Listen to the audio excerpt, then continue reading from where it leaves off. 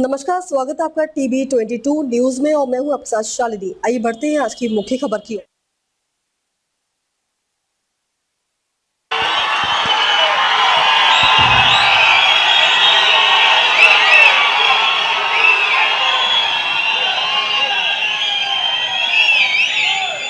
ಎಲ್ಲರಿಗೂ ನಮಸ್ಕಾರ.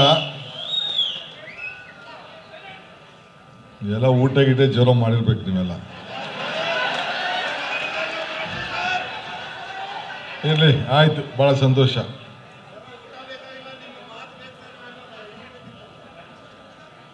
ಬಂಧುಗಳೇ,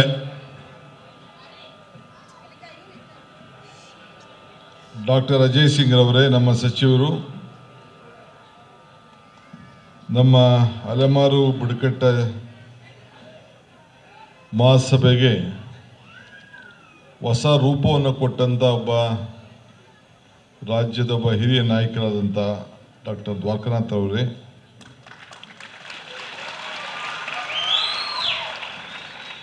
ನನ್ನ ಆತ್ಮೀಯರಾದಂಥ ಪ್ರಕಾಶ್ ರಾಜ್ ಅವರೇ, ಶಾಸಕ ಮಿತ್ರರಾದಂಥ ಪ್ರಕಾಶ್ ಕೋಳಿವಾಡ್ರವರೇ, ಹನುಮಂತಪ್ಪನವರೇ, ಅಧ್ಯಕ್ಷರು ನಾಗರಾಜ್ರವರು, ಜಗ್ಗೂರವರು, ಸುರೇಂದ್ರರವರು, ಮಾಜಿ ಶಾಸಕರಂಥ ನರೇಂದ್ರ ಬಾಬುರವರೇ, ಈ ಒಂದು ಭವ್ಯವಾದಂಥ ಕಾರ್ಯಕ್ರಮಕ್ಕೆ ರಾಜ್ಯದ ಮೂಲೆ ಮೂಲೆಯಿಂದ ಸ್ವಲ್ಪ ತಾಳ್ಮೆಯಿಂದ ಇರಬೇಕಲ್ಲ, ರಾಜ್ಯ ಮೂಲೆಯಿಂದ ಬಂದಂಥ ಎಲ್ಲ ನನ್ನ ಆದಿವಾಸಿ ಬಂಧುಗಳೇ, ಮಾಧ್ಯಮ ಸ್ನೇಹಿತರೆ, ಬಂಧು ಭಗಿನಿಯರೇ, ಹಕ್ಕಿಗಳನ್ನು ಹಿಡಿದು ಬದುಕುವಂಥ ಜನ, ಕಾಡಿನಲ್ಲಿ ಬೆಳೀತಾ ಇರುವಂಥ ಜನ,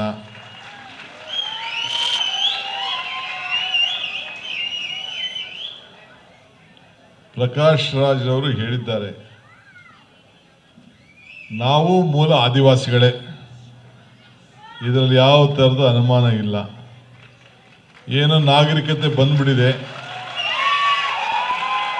ಈಗ ನಾವೆಲ್ಲ ಪ್ಯಾಂಟು ಶರ್ಟ್ ಹಾಕ್ಕೊಂಡು ಕೋಟು ಪಾಟ್ ಹಾಕ್ಕೊಂಡು ಬಂದು ನಿಮ್ಮ ಮಧ್ಯೆ ನಿಂತಿದ್ದೀವಿ. ಮೂಲ ನಾವೆಲ್ಲ ಆದಿವಾಸಿಗಳೇ. ಹುಟ್ಟುವಾಗ ಯಾವ ಬಟ್ಟೆನೂ ಇರಲಿಲ್ಲ, ಚೇರು ಇರಲಿಲ್ಲ, ಕುರ್ಚಿನೂ ಇಲ್ಲ, ಹಾಗೂ ಅಧಿಕಾರನೂ ಇರಲಿಲ್ಲ, ಹೆಸರು ಇರಲಿಲ್ಲ. ನಾಗರಿಕ ಬಂದ ಮೇಲೆ ಉಸಿರು ಬಂತು, ಹೆಸರು ಬಂತು. ಅದನ್ನು ಈಗ ನಾವು ಕಾಪಾಡಿಕೊಂಡು ದಿನೇ ದಿನೇ ಹೋಗ್ತಾ ಇದ್ದೀವಿ. ನೀವು ಪ್ರಕೃತಿಯೊಂದಿಗೆ ಜೊತೆಯಲ್ಲಿ ನೀವೆಲ್ಲ ಬದುಕ್ತಾ ಇರೋಂಥವ್ರು. ಕೊನೆಗೆ ಎಷ್ಟೇ ದೊಡ್ಡ ಮನುಷ್ಯ ಆದರೂ ಕೂಡ, ಯಾವ ದೊಡ್ಡ ಅಧಿಕಾರದ ಇದ್ರೂ ಕೂಡ, ಎಷ್ಟು ದುಡ್ಡಿದ್ರೂ ಕೂಡ, ಕೊನೆಗೆ ನಾನು ಹೋಗಿ ಹಳ್ಳಿ ಬದುಕು ನೋಡಬೇಕು ಅಂತೆಲ್ಲ ಫಾರಮ್ ಲ್ಯಾಂಡ್ ಅಂತೇಳಿ ಕೊನೆಗೆ ಹೋಗಿ 1-2 ಎಕರೆ ತಗೊಂಡು ಮನೆ ತೋಟ ಕಟ್ಕೊಂಡು ಪ್ರಕೃತಿ ಜೊತೆಗೆ ಬದುಕಲಿಕ್ಕೆ ಪ್ರಯತ್ನ ಮಾಡ್ತಾರೆ. ಹಸಿರು ಈಗೆಲ್ಲ ಹೋಗ್ಬಿಟ್ಟಿದೆ. ಅದಕ್ಕೆ ಮನೆ ಒಳಗಡೆ ತಂದು ಆರ್ಟಿಫಿಷಿಯಲ್ ಗಿಡನ ಇಟ್ಕೊಂಡು ಸೊ ಈ ಹಸಿರನ್ನ ಮಧ್ಯೆ ಬದುಕಲಿಕ್ಕೆ ಕೂಡ ಜನ ಪ್ರಯತ್ನ ಮಾಡ್ತಾರೆ. ಹಂಗೆ ನೀವೆಲ್ಲ ಪ್ರಕೃತಿಯ ಮಕ್ಕಳು, ನೀವೆಲ್ಲ ಭಾಗ್ಯವಂತರು. ಅದನ್ನು ನೀವು ಕಳ್ಕೊಳ್ಳೋಕೆ ಹೋಗಲಿ. ನಾನು ನಿಮಗೆಲ್ಲ ಕೇಳ್ಕೊಳ್ಳೋದು ಇಷ್ಟೇ, ನೀವು ಎಷ್ಟೇ ಸಮಸ್ಯೆನ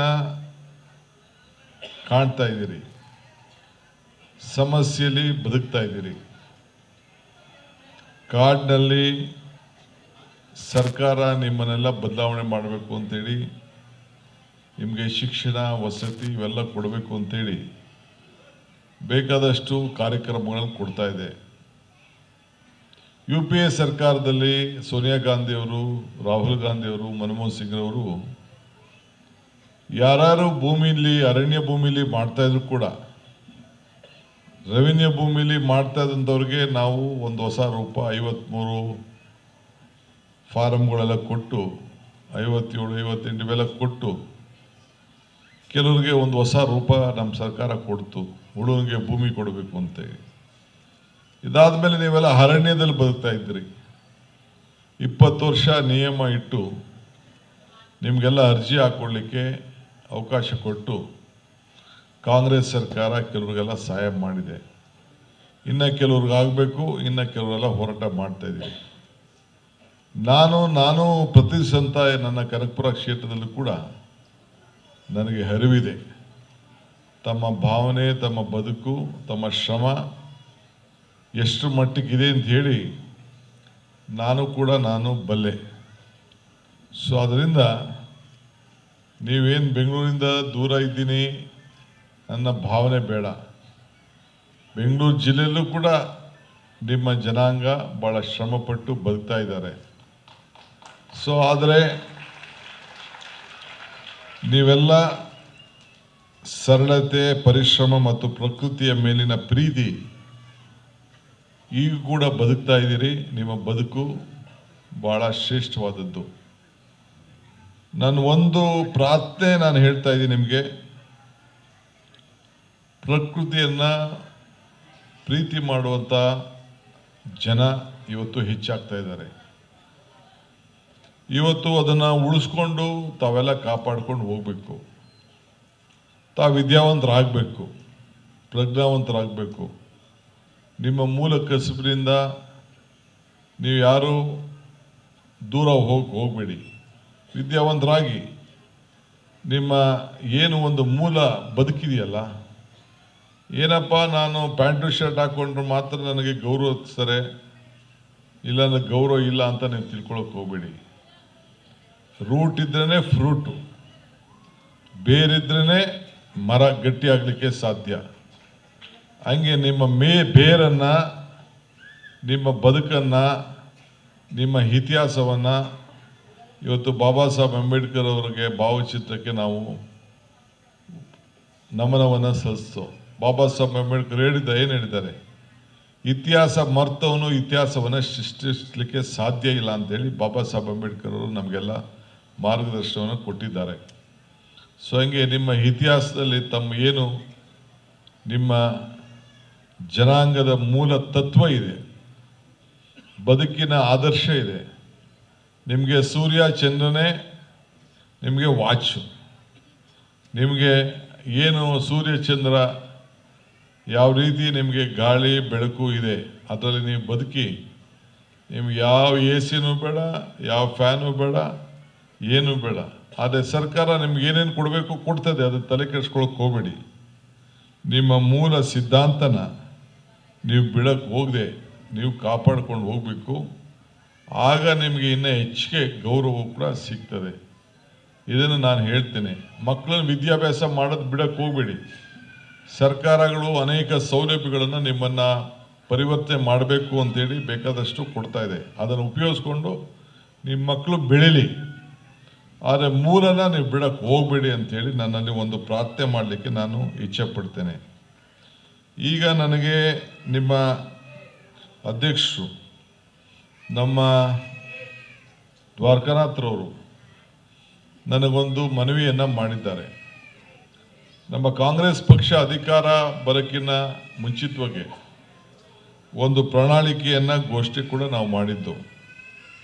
ಈಗಾಗಲೇ ಕಂದಾಯ ಗ್ರಾಮಗಳಿಗೆ ಈಗಾಗಲೇ ನಾವು ರಚನೆ ಮಾಡಿ ಹಟ್ಟಿ ಕಾಡು ಹಾದಿಯಲ್ಲಿರುವಂಥ ಎಲ್ಲ ಕಾಲೋನಿಗಳಿಗೆ ಈಗಾಗಲೇ ವಾಸದ ಹಕ್ಕುಪತ್ರವನ್ನು ಕೂಡ ಕೊಟ್ಟಿದ್ದೇವೆ. ಇವತ್ತು ಫಾರೆಸ್ಟ್ ರೈಟ್ ಆ್ಯಕ್ಟ್ನಲ್ಲೂ ಕೂಡ ಕೆಲವರಿಗೆಲ್ಲ ಜಮೀನು ಕೊಟ್ಟಿದ್ದೇವೆ, ಮನೆಗಳು ಕೊಟ್ಟಿದ್ದೇವೆ. ವಿವಿಧ ರೀತಿಯಲ್ಲಿ ಕಾಲೋನಿಗಳಲ್ಲಿ ಬೇಕಾದಷ್ಟು ಸಹಾಯ ಮಾಡ್ತಾ ಇದ್ದೇವೆ. ಬೇಕಾದಷ್ಟು ನನ್ನ ಜಿಲ್ಲೆಯಲ್ಲೂ ಕೂಡ ನಾನು ನಿಮ್ಮ ಸಮಸ್ಯೆಗಳನ್ನು ಹತ್ತಿದ್ದವನು. ಮುಖ್ಯವಾಗಿ ನಿಮ್ಮ ಅಧ್ಯಕ್ಷರು ಮತ್ತು ನಮ್ಮ ದ್ವಾರಕಾನಾಥ್ರವ್ರದ್ದು ಏನಂದರೆ, ಈಗ ನಿಮ್ಮ ಅಲೆಮಾರಿ ಮತ್ತು ಆದಿವಾಸಿಗಳದ ಆಯೋಗ ರಚನೆ ಆಗಬೇಕು ಅನ್ನೋದು ಕೂಡ ಒಂದು ಮನವಿಯನ್ನು ಕೊಟ್ಟಿದ್ದಾರೆ. ನಾನು ಅದನ್ನು ಕೇಳಲಿಕ್ಕೆ ನಾನು ಬಯಸ್ತೇನೆ. ಇನ್ನೊಂದು ತಿಂಗಳಲ್ಲೇ ಇದನ್ನು ಈ ಒಂದು ಆಯೋಗವನ್ನು ರಚನೆ ಮಾಡಿ, ನಮ್ಮ ಪ್ರಣಾಳಿಕೆಯಲ್ಲೂ ಇತ್ತು ಮೂಲ ನಿಮ್ಮ ಬದುಕನ್ನು ಯಾವ ರೀತಿ ನಾವು ಉತ್ತಮಗೊಳಿಸ್ಬೋದು, ಯಾವ ರೀತಿ ನಿಮ್ಮ ಇತಿಹಾಸಕ್ಕೆ ಶಕ್ತಿ ತುಂಬೋದು, ಆ ಕೆಲಸವನ್ನು ನನ್ನ ಏನು ಪಕ್ಷ ನಾವು ಅವತ್ತು ತೀರ್ಮಾನ ಮಾಡಿದೋ ಅದಕ್ಕೆ ನಮ್ಮ ಸರ್ಕಾರ ಬದ್ಧವಾಗಿದೆ ಅನ್ನೋ ಮಾತನ್ನು ಕೂಡ ಈ ಸಂದರ್ಭದಲ್ಲಿ ಹೇಳಲಿಕ್ಕೆ ಬಯಸ್ತೇನೆ. ಇವತ್ತು ನಾನು ಯಾವಾಗಲೂ ನಮ್ಮ ಗುರುಗಳ ಮಾತನ್ನು ಹೇಳ್ತಾ ಇರ್ತೇನೆ, ನಮ್ಮ ಅಜ್ಜನ ಮಾತನ್ನು, ಮಾನವ ಧರ್ಮಕ್ಕೆ ಜಯವಾಗಲಿ, ಧರ್ಮದಿಂದಲೇ ವಿಶ್ವಕ್ಕೆ ಶಾಂತಿ ಅಂತೇಳಿ. ಹಂಗೆ ನಮಗೆ ಮಾನವೀಯತೆ ಒಂದು ದೊಡ್ಡ ಧರ್ಮ. ನಿಮ್ಮನ್ನೆಲ್ಲ ಸೋದರ ಸಮಾನಂತೆ ಎಲ್ಲ ಜನಾಂಗ ಕೂಡ ನೊಂದು ಬೆಂದುತ್ತಾ ಇರೋಂಥ ಈ ಸಮಾಜಕ್ಕೆ ಶಕ್ತಿ ಕೊಡಬೇಕಾದ್ದೇ ನಮ್ಮ ಸರ್ಕಾರದ ಮೂಲ ಉದ್ದೇಶ. ಆ ಕೆಲಸವನ್ನು ಖಂಡಿತ ನಾನು ಈ ಸಂದರ್ಭದಲ್ಲಿ ಮಾಡ್ತೇವೆ. ಕಾಲ ಬರ್ತಿದ್ದಂಗೆ ತಾವು ಅನೇಕರು ವಲಸೆಗಳನ್ನು ನಗರಗಳಿಗೆ ಬರ್ತಾ ಇದ್ದೀರಿ. ನಾನು ಬರೋದು ಬೇಡ ಅಂತ ನಾನು ಹೇಳೋದಿಲ್ಲ, ತಡೀಲಿಕ್ಕೂ ನಾನು ತಯಾರಿಲ್ಲ. ಆದರೆ ನಿಮ್ಮ ಮೂಲ ಬಿಡಕ್ಕೆ ಹೋಗಬೇಡಿ, ಮೂಲ ಆಸ್ತಿ ಬಿಡಕ್ಕೆ ಹೋಗಬೇಡಿ, ಮೂಲದ ಆಸ್ತಿಗಳನ್ನು ಮಾರ್ಕೊಳಕ್ಕೆ ಹೋಗಬೇಡಿ. ಚಿಕ್ಕದಿರಲಿ ದೊಡ್ಡದಿರಲಿ, ದಯವಿಟ್ಟು ತಮ್ಮ ಬದುಕನ್ನು, ಪ್ರಕೃತಿಯನ್ನು, ಎಲ್ಲರಿಗೂ ಕೂಡ ಪ್ರಕೃತಿಯಲ್ಲಿ ಬದುಕುವಂಥ ಭಾಗ್ಯ ಎಲ್ಲರೂ ಕೂಡ ಸಿಗುವುದಿಲ್ಲ. ಇದು ಗಮನದಲ್ಲಿ ಇಟ್ಕೊಳ್ಳಿ. ತಾವೆಲ್ಲ ಗಮನಿಸಿರಬೇಕು, ಅಂಬಾನಿ ಅವರ ಸುಪುತ್ರ ಎಷ್ಟೇ ದೊಡ್ಡ ಶ್ರೀಮಂತ ಆದರೂ ಕೂಡ ಕೊನೆಗೆ ಒಂದು ದೊಡ್ಡ ಝೂ, ಎಲ್ಲ ಪ್ರಾಣಿ ಪಕ್ಷಿಗಳಿಗೆ ಅದಕ್ಕೆಲ್ಲ ಸರಿ ಮಾಡೋಂಥ ಕೆಲಸ, ಆರೋಗ್ಯಕರವಾಗಿ ಔಷಧಿ ಕೊಡುವಂಥ ಕೆಲಸ ಎಲ್ಲ ಗುಜರಾತಲ್ಲೇ ಎಲ್ಲೋ ಅಂತಾರ ಅಂತ ಮಾಡಿದ್ದಾರೆ. ನಾನು ಯಾವತ್ತಾರ ಒಂದಿನ ಹೋಗ್ಬೇಕು ಅಂತ ಇದ್ದೇನೆ. ಸೊ ನಾನು ಮಾಧ್ಯಮದಲ್ಲಿ ನಾನು ನೋಡಿದೆ, ಟಿ ವಿಗಳೆಲ್ಲ ನೋಡಿದೆ. ಎಷ್ಟೇ ದೊಡ್ಡವರಾದರೂ ಕೂಡ ಕೊನೆಗೆ ಮನಸ್ಸು ಎಲ್ಲಿಗೆ ಹೋಗ್ತಾ ಇದೆ, ಅವನ ಮೂಲ ಬದುಕಿನಕ್ಕೆ ಇದು ಎಳಿತಾ ಇದೆ. ನಾನು ಯಾಕೆ ಇದನ್ನು ಹೇಳ್ತಾ ಇದ್ದೀನಿ ಅಂದರೆ, ಎಷ್ಟೇ ದೊಡ್ಡವರಾದರೂ ಕೂಡ ಕೊನೆಗೆ ಆ ಮೂಲ ಏನು ಪ್ರಕೃತಿಯ ನಿಯಮ, ಅದು ಯಾರ್ದು ಅಲ್ಲ, ಪ್ರಕೃತಿಯ ನಿಯಮ. ಆ ನಿಯಮಕ್ಕೆ ಗೌರವವನ್ನು ಕೊಟ್ಟು ನಾವೆಲ್ಲ ಮಾಡಬೇಕಾಗ್ತದೆ.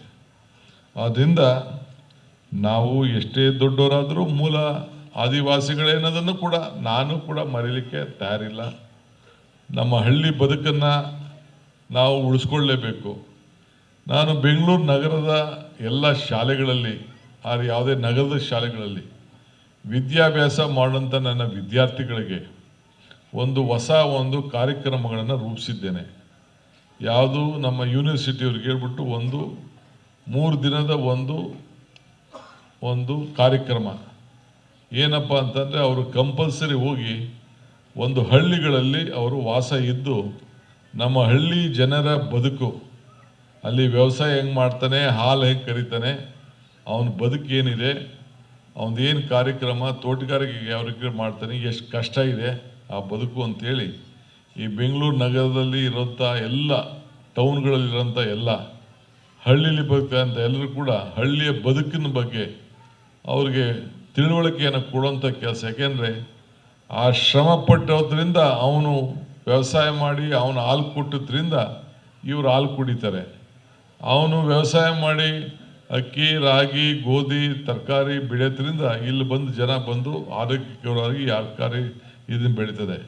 ಅವನ ಬದುಕು ಎಷ್ಟು ಶ್ರಮ ಇದೆ, ಅವನ ಬದುಕಿನಿಂದ ನಮ್ಮ ಮಕ್ಕಳು ಆರೋಗ್ಯಕರವಾಗಿದ್ದಾರೆ ಅನ್ನೋದನ್ನು ಈ ಸಂದರ್ಭದಲ್ಲಿ ತಿಳಿಸ್ಬೇಕಾದ್ದು ನಮ್ಮ ಕರ್ತವ್ಯ ಇದೆ.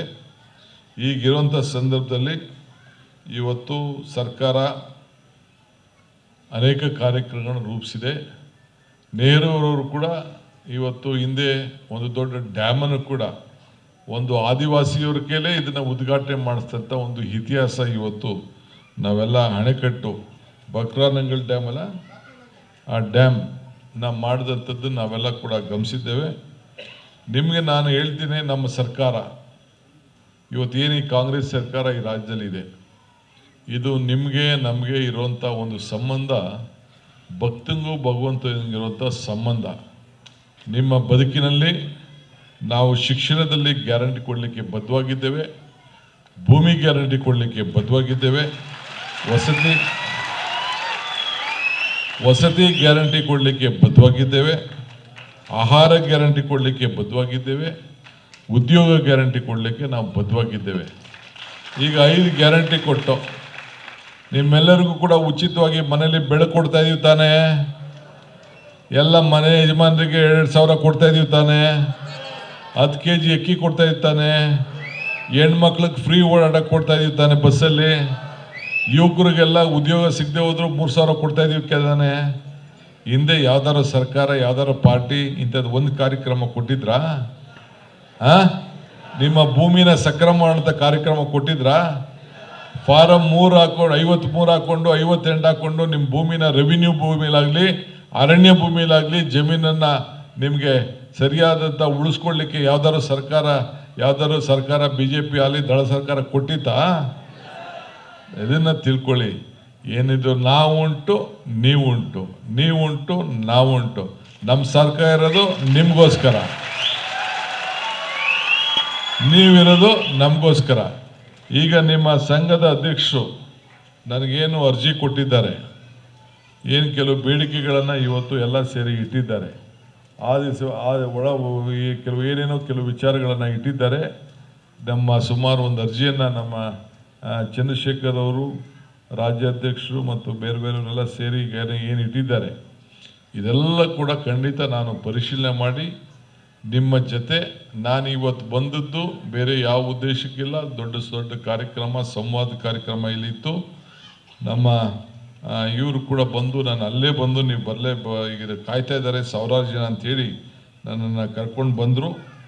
ಸೊ ನಿಮ್ಮನ್ನು ನಾವೆಲ್ಲ ಒಂದು ಉತ್ತಮವಾದಂಥ ಹುದ್ದೆಯಲ್ಲಿ ನಿಮ್ಮನ್ನೆಲ್ಲ ನೋಡ್ಬೇಕು, ನಾವು ನಿಮ್ಮ ಜೊತೆ ಬದುಕಬೇಕು, ನಾವು ನಿಮ್ಮ ಹೇಳಿಕೆಯಿಂದ ನಿಮ್ಮ ಶ್ರಮಕ್ಕೆ ನಾವು ಗೌರವನ ಕೊಡಬೇಕು. ಇದಕ್ಕೆ ನಮ್ಮ ಎಲ್ಲ ಥರದ ಸಹಕಾರ ಕೊಡಲಿಕ್ಕೆ ನಾವಿದೆ. ಸೊ ನೀವು ಮಾತ್ರ ಯಾರು ಕೂಡ ನಿಮಗೆ ನಾನು ಒಬ್ಬ ಆದಿವಾಸಿ, ನಾನೊಬ್ಬ ಟ್ರೈಬಲ್ಲು, ನಾನು ಕಾಡು ಮನೇಲಿದ್ದವನು, ಕಾಡು ಮನುಷ್ಯ ಅಂತ ಹೇಳ್ಕೊಂಡ್ರೆ ನನಗೆ ಅವಮಾನ ಅಂತ ನೀವು ತಿಳ್ಕೊಳಕ್ಕೆ ಹೋಗ್ಬೇಡಿ. ನಿಮ್ಮ ಮೂಲ ಹಕ್ಕು ನಿಮ್ಮ ಬದುಕು. ಆ ಬದುಕನ್ನು ಶ್ರೇಷ್ಠವಾಗಿ ನೀವೆಲ್ಲ ಸೇರಿ ಕಾಪಾಡಬೇಕು. ಸೊ ಹುಷಾರು. ಈಗ SIR ಬೇರೆ ನಡೀತಾ ಇದೆ, ಓಟು ಡಿಲೀಟ್ ಆಯ್ತಾ ಇದೆ. ಲಕ್ಷಾಂತರ ಓಟು ಡಿಲೀಟ್ ಮಾಡಲಿಕ್ಕೆ ಒಂದು ದೊಡ್ಡ ಹುನ್ನಾರ ನಡೀತಾ ಇದೆ. ನಿಮ್ಮ ಓಟನ್ನು ನೀವು ಕಾಪಾಡಲಿಕ್ಕೆ ನಿಮಗೇನು ಮೂಲವಾಸಿಗಳ ಪತ್ರ, ಜಾತಿ ಪ್ರಮಾಣ ಪತ್ರ ಅದನ್ನೆಲ್ಲ ಕೊಡಲಿಕ್ಕೆ ನಾನೀಗಾಗಲೇ ಆದೇಶ ಕೂಡ ನಾನು ಕೊಟ್ಟಿದ್ದೇನೆ. ಹುಷಾರಾಗಿ ನೋಡ್ಕೊಳ್ಳಿ. ಇನ್ನೊಂದು ದಿನದಲ್ಲಿ ಕೆಲವು ದಿನದಲ್ಲಿ ನಿಮ್ಗೆ ಎನ್ಯುಮರೇಷನ್ ಫಾರ್ಮ್ ಎಲ್ಲ ಬಂದಿತ್ತಾ ನಿಮಗೆಲ್ಲ? ಅದನ್ನೆಲ್ಲ ವಾಪಸ್ ತಲುಪಿಸಿದ್ದೀರಾ? ಭಾಳ ಹುಷಾರಾಗಿ ಇಟ್ಕೊಳ್ಳಿ. ಆಮೇಲೆ ಕೊನೆಗೆ ನನ್ನ ಗ್ಯಾರಂಟಿಗಳೆಲ್ಲ ಹೊಟ್ಟೋಯ್ತವೆ. ಆಮೇಲೆ ನಿಮ್ಗೆ ಯಾಕೆಂದರೆ ನಾವು ಗ್ಯಾರಂಟಿ ಮಾಡಿದ್ದರೆ ನಿಮ್ಮಂಥವ್ರಿಗೋಸ್ಕರ. ಇದನ್ನು ತಾವೆಲ್ಲ ಗಮನದಲ್ಲಿಟ್ಕೊಳ್ಳಿ. ತಾವು ಇಷ್ಟು ಹೇಳಿ ತಮ್ಮೆಲ್ಲರೂ ಕೂಡ ಭಾಳ ಸಂತೋಷ. ನಿಮ್ಮನ್ನೆಲ್ಲ ಭೇಟಿ ಮಾಡಿ, ನಿಮ್ಮನ್ನೆಲ್ಲ ನೋಡಿ, ನಿಮ್ಮ ಜೊತೆಲಿ ಕೆಲವು ಕಾಲ ಕಳೆದಿದ್ದೀನಲ್ಲ, ನಾನು ನನ್ನ ಮೂಲ ನೀವೆಲ್ಲ ಕೂಡ ನಿಮ್ಮ ಬದುಕಿನಲ್ಲಿ ನಾನು ಒಂದು ದೊಡ್ಡ ಶಕ್ತಿಯ ತುಂಬಬೇಕು ಅನ್ನೋದು ನಮ್ಮ ಸರ್ಕಾರ ಬದ್ಧವಾಗಿದೆ. ನಮ್ಮ ಸರ್ಕಾರ ಯಾವತ್ತೂ ಕೂಡ ನಿಮ್ಮನ್ನ ಕೈ ಬಿಡುವಂಥ ಪ್ರಶ್ನೆಯೇ ಇಲ್ಲ. ಇಷ್ಟು ದೊಡ್ಡ ಸಂಖ್ಯೆಯಲ್ಲಿ ತಾವೆಲ್ಲ ಬಂದಿದ್ದೀರಿ. ನಾನು ಸದ್ಯದಲ್ಲೇ ನಿಮ್ಮ ಅಧ್ಯಕ್ಷರು ದ್ವಾರಕಾನಾಥ್ ಅವರು ಬಂದು ನನ್ನನ್ನು ಭೇಟಿ ಮಾಡಿದ ತಕ್ಷಣ ಸದ್ಯದಲ್ಲೇ ಇದನ್ನು ಏನು ಒಂದು ನಮ್ಮ ಆಯೋಗ ರಚನೆ ಆಗಬೇಕು ಅಂತ ಏನು ಕೇಳ್ತಾ ಇದ್ದಾರೆ, ಆ ಕೆಲಸವನ್ನು ನಾನು ಮಾಡ್ತೀನಿ ಅನ್ನೋ ಮಾತನ್ನು ಹೇಳಿ ನನ್ನ ಮಾತನ್ನು ಮುಗಿಸ್ತೇನೆ. ಎಲ್ಲರಿಗೂ नमस्कार। आपसे मुलाकात, तब तक लिए नमस्कार और देखते रहिए TB22 न्यूज। ऐसे ही लेटेस्ट अपडेट पाने के लिए हमारे चैनल को सब्सक्राइब करें और तुरंत नोटिफिकेशन पाने के लिए बेल आइकन दबाना ना भूलें। यदि आप हमें फेसबुक या इंस्टा के माध्यम से देख रहे हैं तो हमारे पेज को फॉलो जरूर करें। धन्यवाद।